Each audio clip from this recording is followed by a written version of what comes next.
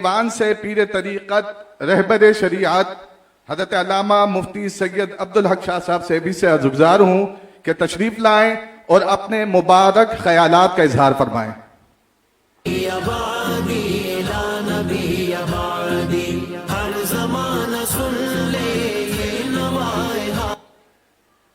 الحمد لله وحده والصلاة والسلام على من لا نبي بعده لا نبي بعده ولا رسول بعده وهو خاتم النبيين وعلى آله وصحبه وأهل بيته أجمعين.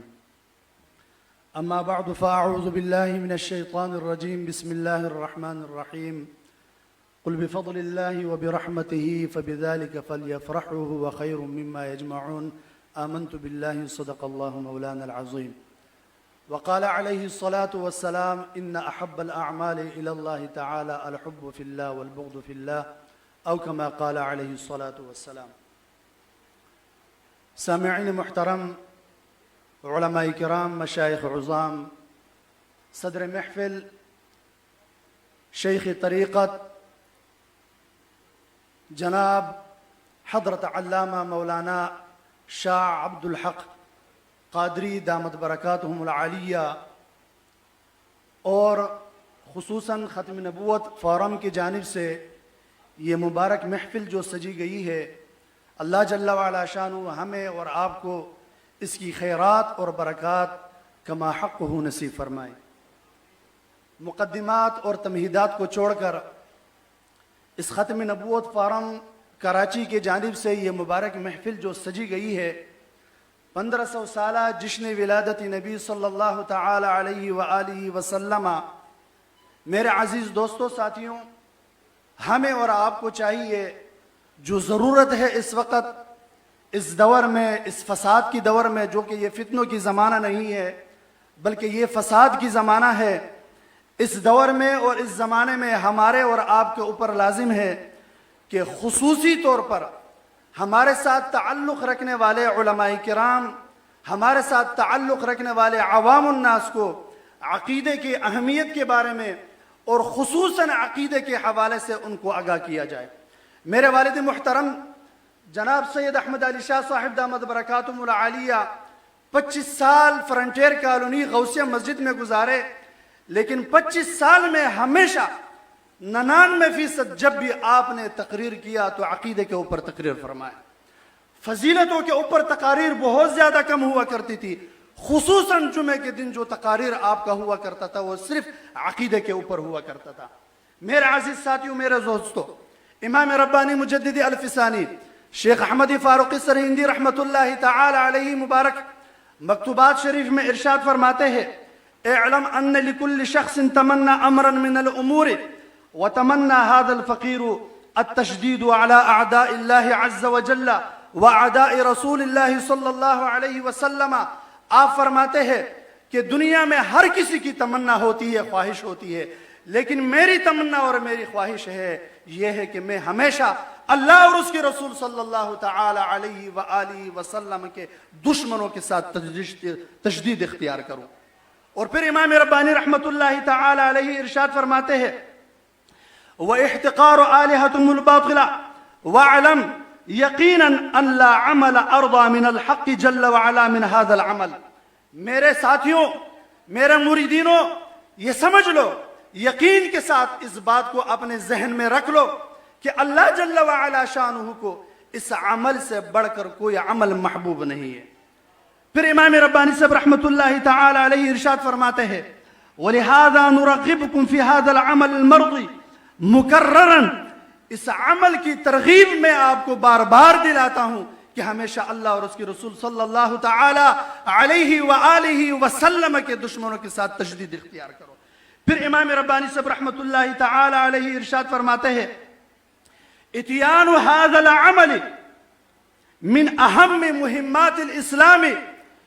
اس سنت کو زندہ کرنا، اس عمل کو زندہ کرنا، یہ اسلام کی مہمات میں سے ایک اہم ترین عمل ہے۔ لہٰذا امام ربانی صاحب رحمت اللہ تعالی علیہ کے ساتھ تعلق رکھنے والے صاحبان طریقت نقشبندی والے، ان کے اوپر لازم ہے کہ وہ اپنے موردین کو خصوصاً عقائد کے اعتبار سے ان کی اہمیت ان کو بتایا کرے. صلح کلی کی طرف جو ہے وہ نہ جائے, تساہل کی طرف نہ جائے. یہ تساہل اور یہ صلح کلی آپ کو جو ہے جہنم کے اندر لے جائے گا.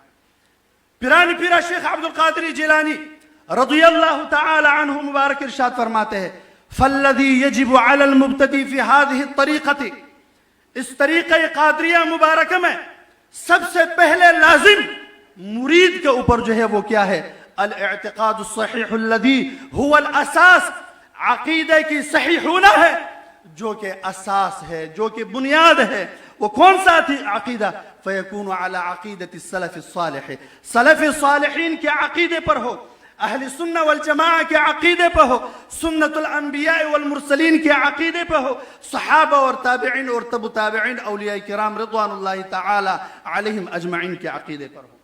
میرا عزیز دوستوں, امام عبد الوہاب شعرانی رضی اللہ تعالی عنہ مبارک نے ایک حدیث مبارکہ نقل فرمایا, حدیث قدسی ہے کہ بارگاہ الہی میں ایک بندے کو پیش کیا جائے گا, ان عبدا یأتی یوم القیامت بکثیر صلاۃ وصیام وحج وصدقۃ وتشہدہ الملائکۃ بذلک.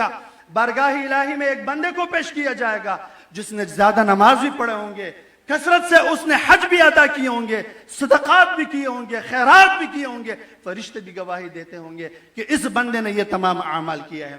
لیکن اللہ جل وعلا شانہ ارشاد فرمائے گا فیقول اللہ عز وجل انظروا هل والا لی ولیا او عادا لی عدوا.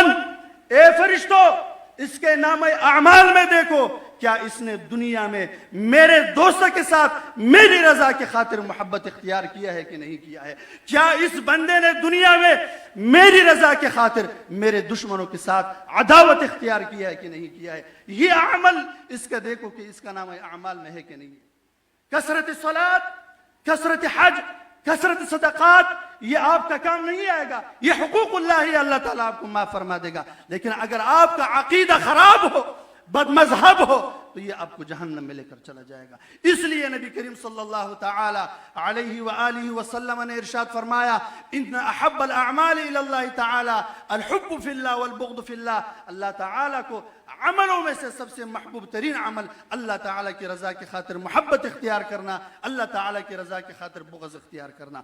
آخری واقعہ میں آپ کو بیان کروں گا. امام عبد الوہاب شعرانی رضی اللہ تعالی عنہ مبارک ایک واقعہ نقل فرماتے ہیں کہ مصر میں ایک چور تھا. وہ چور ایک گھر میں چلے گئے, ایک تاجر تھا, اس کے گھر میں چوری کرنے چلے گئے. مختصر کر کے جب انہوں نے چوری کرنا چاہا, سارے سامان کو اٹھایا اور وہاں پر رکھ دیا. ایک چور, رات کے اندھیرا ہے, دروازے کے ساتھ اوپر کوئی چیز پڑی ہوئی ہے جو کہ چمک رہی ہے. وہ چور وہاں پر چلا گیا. چور تو جو بڑا ہے وہ تو بیٹھا ہوا ہے, لیکن اس کے کارندے وہاں پر گئے اور وہاں پر اس دروازے کے چوکاٹ کے اوپر ایک چیز پڑا ہوا ہے, اس کو اٹھایا. رات کا اندھیرا ہے, چمک رہی تھی. اس نے جب اس کو کھولا تو کھولنے کے بعد اس کے اندر انگلی ڈالی کہ اس کے اندر کیا ہے, تو اٹھایا کوئی نرم چیز ہے. اس نے اٹھا کے اپنے زبان پہ رکھا کہ کیا ہے, دیکھا تو وہ نمک تھا. آواز لگائی کہ یہ نمک ہے.